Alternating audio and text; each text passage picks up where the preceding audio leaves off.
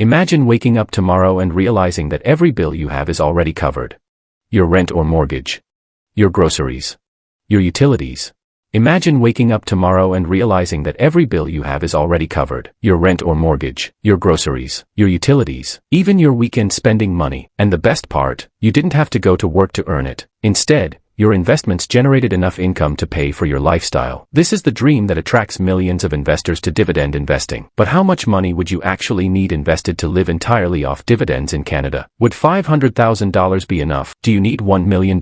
Or is the real number much higher than most people think? Today, we're going to break down the math, explore different income levels, and find out exactly how much money Canadians need invested to potentially live off dividends for the rest of their lives. Let's get started. First, let's talk about what living off dividends actually means. When you own shares of certain companies, those companies may share a portion of their profits with investors. These payments are called dividends. Many of Canada's largest and most established companies pay dividends regularly. Banks, telecommunication companies, utilities, pipeline operators, energy companies, and various dividend-focused ETFs. Instead of selling your investments, you simply collect the income they generate. Think of it like owning a rental property, except instead of receiving rent from tenants, you're receiving dividend payments from companies. For many investors, the ultimate goal is building a portfolio large enough that those dividend payments can cover all of their living expenses. At that point, work becomes optional. But the big question remains, how much money do you actually need? The answer starts with one simple number: your annual expenses. Everyone's lifestyle is different. Some Canadians live comfortably on $40,000 to $50,000 per year. Others may need $75,000. Families living in larger cities may require $100,000 or more. For this video, we'll examine 4 different income targets: $50,000 per year, $75,000 per year, $100,000 per year, and $150,000 per year. Now let's talk about dividend yield. Dividend yield represents the percentage of your investment portfolio that is paid out annually through dividends. For example, if you invest $100,000 and earn a 5% dividend yield,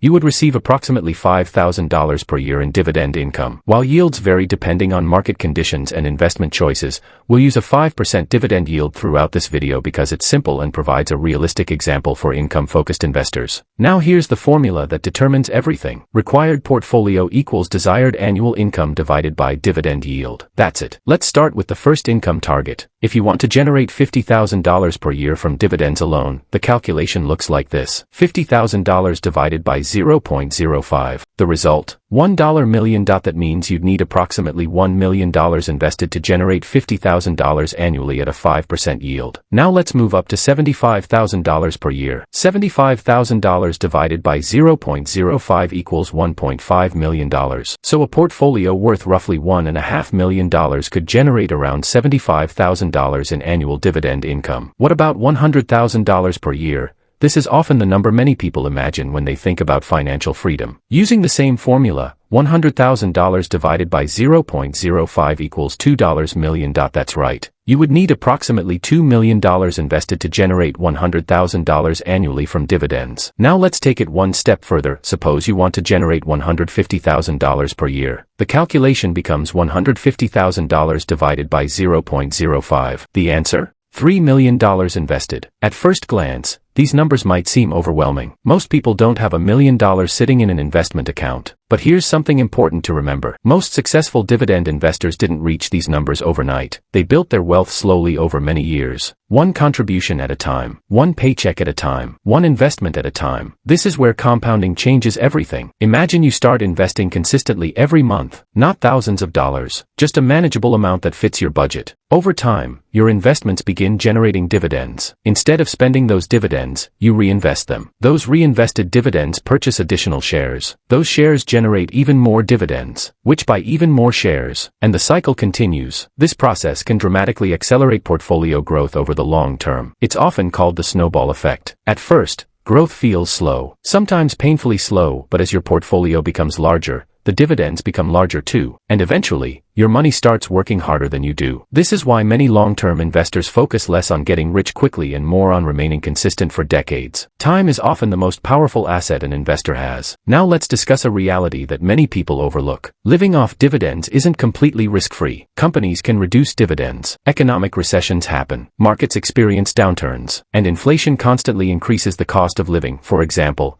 if you need $50,000 annually today, You may need significantly more money 10 or 20 years from now simply because prices continue rising. That's why many experienced investors don't rely on a single stock or even a single industry. Instead, they diversify. They spread investments across multiple sectors.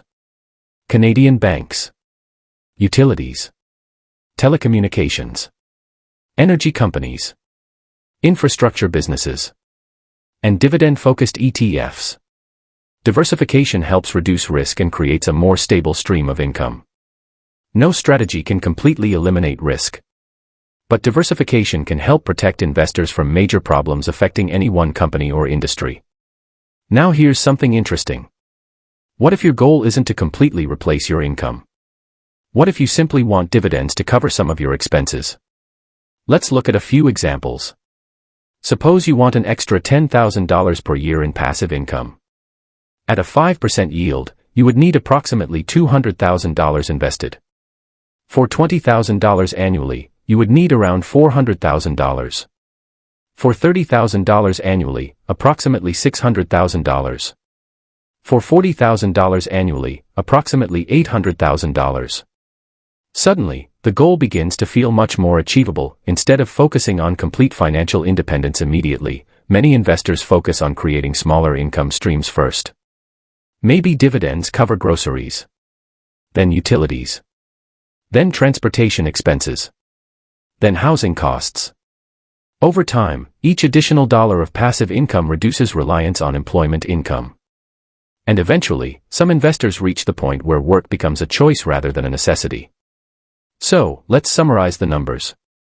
Using a 5% dividend yield. To generate $50,000 annually, you need approximately $1 million invested. To generate $75,000 annually, you need approximately $1.5 million invested. To generate $100,000 annually, you need approximately $2 million invested.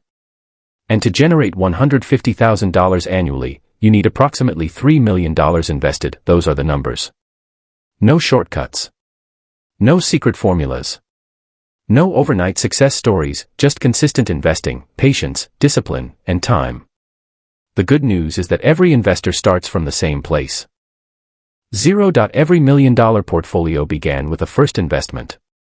Every financially independent investor once wondered whether they would ever reach their goal. And every successful investing journey begins with one decision. The decision to start. So here's a question for you. How much annual dividend income would make you feel financially free? $50,000? $100,000? Or even more? Let us know in the comments below. If you enjoyed this video, don't forget to like, subscribe, and turn on notifications for more content about investing, passive income, and building long-term wealth in Canada. Thanks for watching, and we'll see you in the next video.